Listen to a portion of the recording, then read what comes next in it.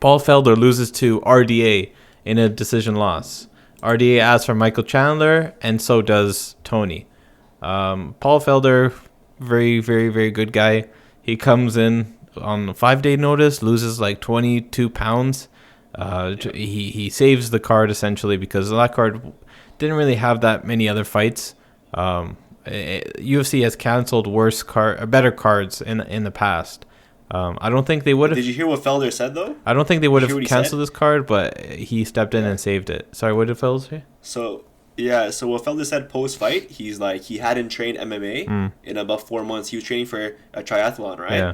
So I think only 1 week prior he just started hitting pads. Yeah. So he hadn't sparred, he hadn't hit pads or anything for 4 months. MMA shape. Go in there and fight for 5 rounds. Yeah.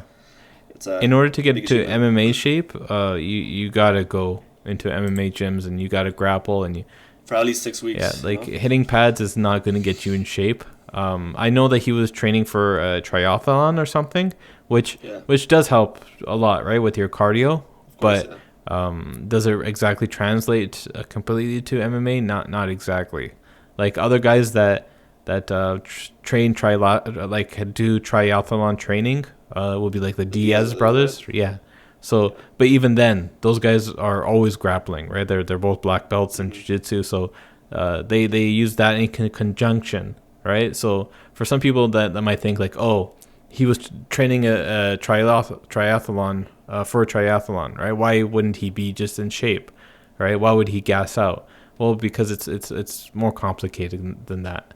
It's a whole body conditioning factor that has to be taken into account that goes beyond just triathlons. Triathlon. And you have to give it to him too. He was saying that I believe this card on Saturday, he's going to be commentating that too. You know. Oh yeah. So yeah. It's quite an achievement, you know, to fight and then just 1 week later go and commentate a card. Yeah. Yeah, he's a company guy. You can see it from his comments where he's always taking UFC into account for whatever decision he makes. Like realistically speaking, a normal fighter, not to say that he's abnormal, but a typical fighter won't necessarily take a fight with 5 days notice and lose that much weight just for like probably a regular paycheck that he gets, right?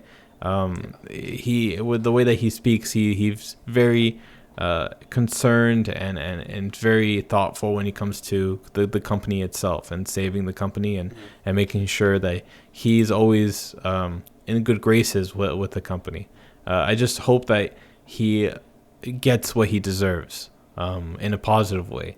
Like you see, sometimes there's guys that are company guys that don't necessarily get the same respect or treatment that they necessarily deserve. Like only until recently did Cowboy get this huge paycheck, right?